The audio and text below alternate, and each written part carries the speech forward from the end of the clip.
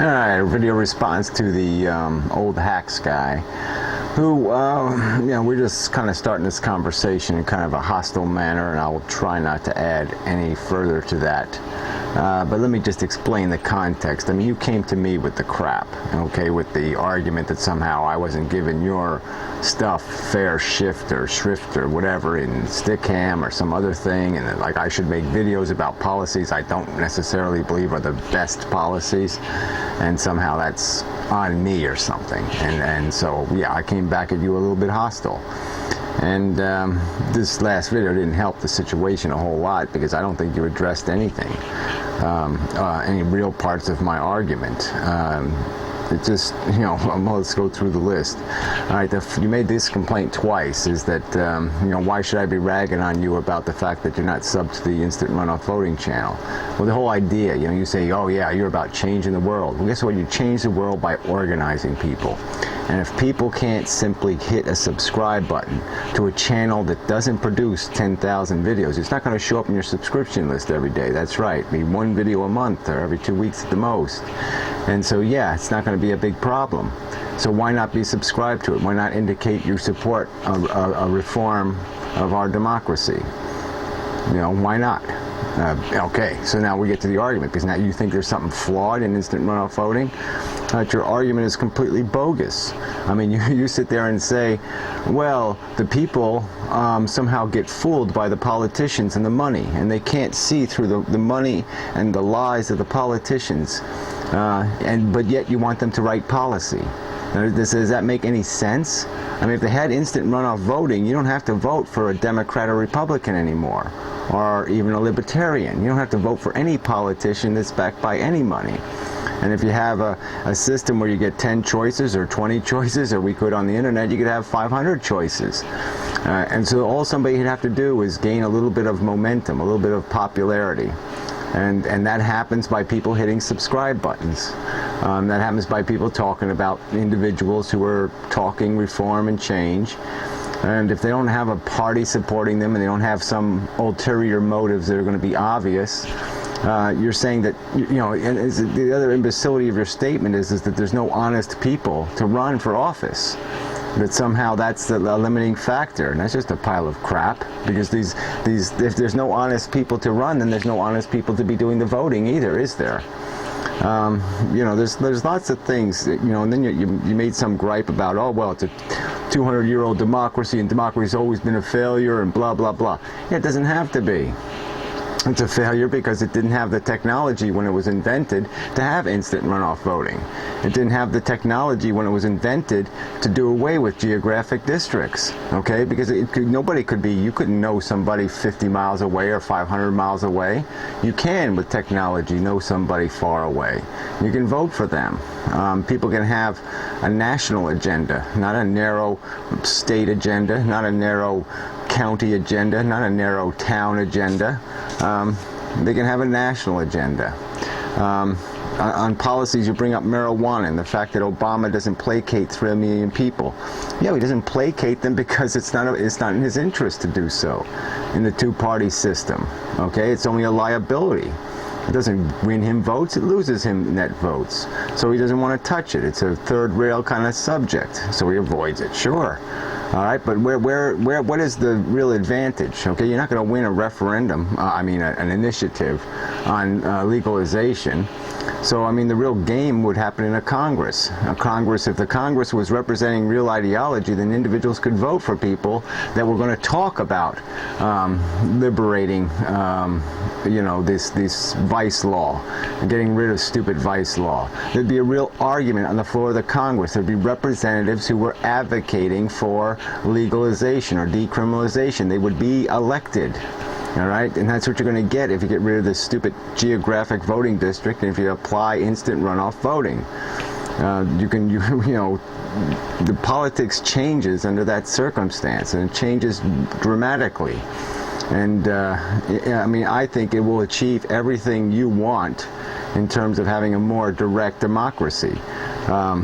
And in my opinion, it doesn't have the liability that you didn't address, in my opinion, at all, of a system blighted by a bunch of ignoramuses who really don't understand the detail of policy. And they'll pass some stupid thing like that. Some of the propositions in California have been pretty dumb. So there's, this initiative thing isn't always a good idea, because people will vote. Like I said, one day they'll vote to balance the budget, and the next day they'll vote for universal health care.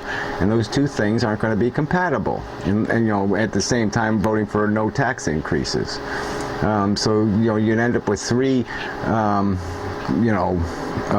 initiatives, and there'd be nothing to fix them. What branch of government would do the fixing? Would make it possible for those three incompatible things to exist? There'd still have to be some politics, some sort of machinery, some sort of people that have to make the simplistic law that the people are going to pass work. So it's just nonsense. So you advocate for a fair tax, which I think is misnamed. I don't want no fucking sales tax. I want a progressive wealth tax. So we have different ambitions there. Okay, I don't want to get the rich are going to get a free ride on a consumption tax, because they'll hide most of their consumption. They can do all their consuming in Europe, and they can drive their yachts into our harbors, that they bought someplace else. So that ain't gonna work. It just means they'll do less spending in this country and more spending in some other country. All right, they'll make their money here exploiting the world, and and spend their money someplace else. So consumption taxes aren't going to work. You got to tax the money where it's made and where it's possessed, okay, and where it's inherited. That's where you got to nail it. Don't let them do business in this country if they're not going to accept the liability of it, which is going to be that, you're not going to be able to, keep your fortunes for perpetuity, or some other principle. But whatever. I'm not in favor of some of the policy that would please you. And you use this word freedom. The freedom what? To vote for simplistic law. And to argue publicly with a bunch of morons who aren't going to take the time to understand the policy they're voting for. That isn't going to work. I mean, the only thing you have a chance with is have some articulate representative who will define some basic principles that people can understand and relate to, and they have to put their trust in that person. And like I said, with instant runoff voting, there'll be lots of people to vote for. There won't be, the two-party system will be over. All right, it's the end of the two-party system. It's the end of the compromise before they get to the Congress, and the compromises will have to happen there, okay, in the public, and the argument will happen publicly. And it'll just change the whole media. Everything will change, because now the argument will be made.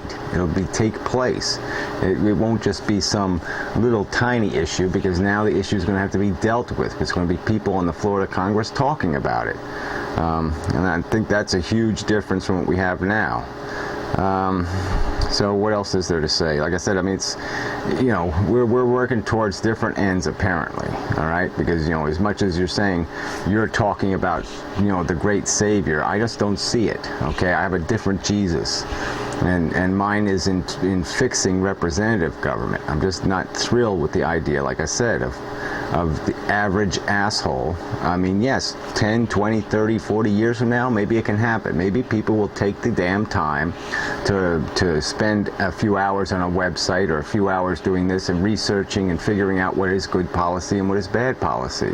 But until there's some evidence that people are willing to put in the time to be informed enough to have the responsibility to write the law, I say screw that. I'll go with a representative government, and I'll go one, as long as it's an open and free democracy, I'm satisfied. As long as representatives can be freely chosen, I think I gain everything I'm going to get from direct democracy, and I get a safety net of having a brain in between policy and the people. I want a brain in between. I want somebody capable of saying, wait a minute, this isn't going to work. These two laws are incompatible. I want somebody capable of saying that. So anyway, I don't know if there's much else that needs to be dealt with. So I don't know where this conversation is going to go. Like I said, you seem pretty glued to your stuff and your way of dealing with it. And I'm sort of glued to mine. I mean, you're not going to persuade me. So I don't know how constructive this is for your ends, because I'm not going to sit there and hail the wonderful savior of government by initiative. because I don't think it's the best idea. I think the better idea is to fix the representative democracy. So, enough said.